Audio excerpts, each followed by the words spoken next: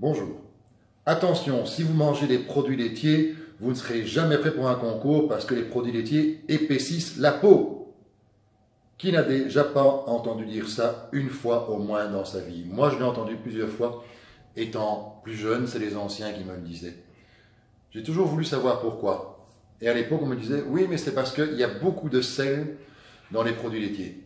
Je suis le premier à dire que dans les fromages, effectivement, il y a énormément de sel, mais il faut savoir que les fromages ne font pas partie de l'alimentation d'un bodybuilder. Donc c'est déjà pas ça. Maintenant, est-ce qu'il y a beaucoup de sel dans le lait et le yaourt, puisqu'un bodybuilder en boit ou en mange? Là est la question. Il faut savoir que dans le lait, vous avez 55 mg de sodium par 100 ml, c'est-à-dire 0,55 g par litre, ce qui n'est pas excessif.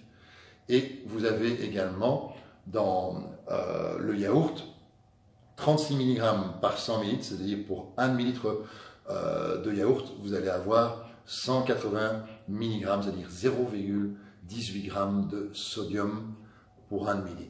C'est pas beaucoup non plus. En plus de ça, il faut savoir que le corps humain est excessivement bien fait. Le corps humain sécrète une hormone qui s'appelle l'aldostérone. Et l'aldostérone est une hormone qui va retenir le sel et éliminer le potassium. Et en fait, plus vous allez manger de sel, moins vous allez fabriquer d'aldostérone, et donc moins vous retiendrez de sel. Donc l'explication n'est pas là. Maintenant, il y a peut-être une autre explication. Dans le yaourt, vous avez 4,5 g à peu près de protéines par 100 g et 4,9 de sucre. Ah oui, tiens, mais c'est vrai que si je mange ou si je bois un demi-litre de yaourt, je suis presque à 25 g de sucre.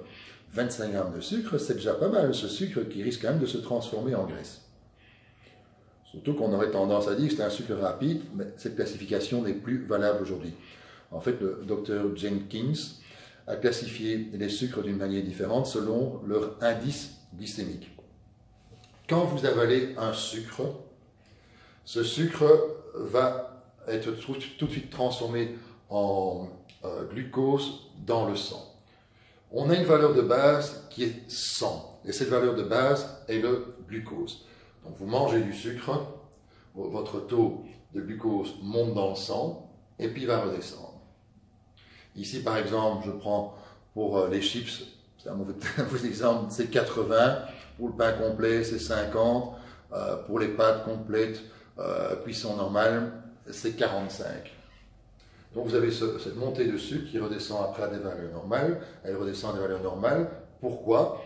Parce que l'insuline sécrétée par le pancréas va transformer ce glucose en glycogène dans le foie pour reconstituer les réserves et également en glycogène dans les muscles. Et si ces réserves sont déjà saturées, malheureusement, ce glucose va être transformé en triglycérides qui va être injecté dans les adipocytes, c'est-à-dire dans les cellules graisseuses. Donc on s'attend effectivement à ce que l'indice glycémique du yaourt, soit fort élevé. Donc je prends l'indice glycémique du yaourt, donc je vous ai donné des valeurs de 70, de 50. Ici, l'indice glycémique du yaourt est de 20 à 40. 20 à 40, je suis dans une valeur basse, en fait, parce que les valeurs faibles sont de 0 à 35 à peu près, les valeurs moyennes sont de 35-40 à 60-65, et des valeurs élevées sont de 65 à 100 pour le glucose. Et ça, de 65 à 100, un diabétique ne peut pas les prendre. Donc c'est de nouveau pas ça, parce que mon indice glycémique est bas, ça se complique.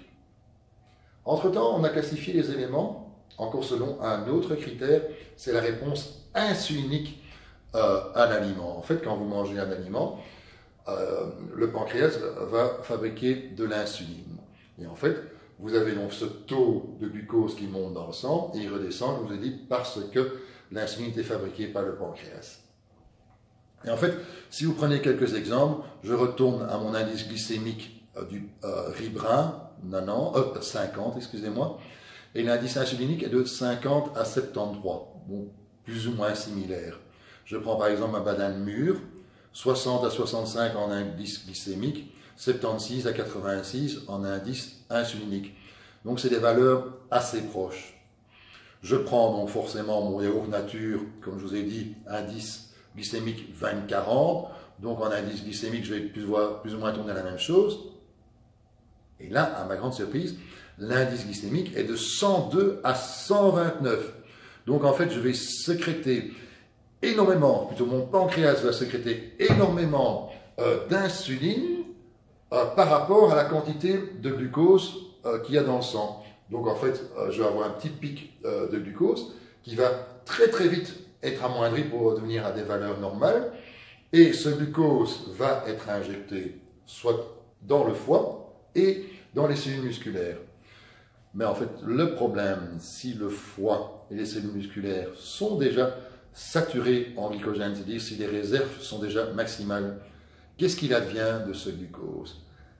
Ce glucose va être transformé par l'insuline en triglycérides.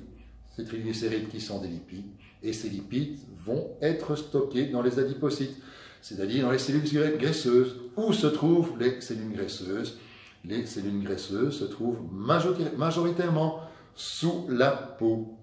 Et voilà pourquoi le yaourt et le lait donnent une peau épaisse, parce que l'indice insulinique du yogourt est très élevé par rapport à son indice glycémique. J'espère que cette vidéo a été éducative pour vous. Pour moi, en tout cas, ça a été un vrai plaisir de la faire. Et j'espère vous voir très très bientôt pour une autre vidéo. Merci, au revoir, à bientôt.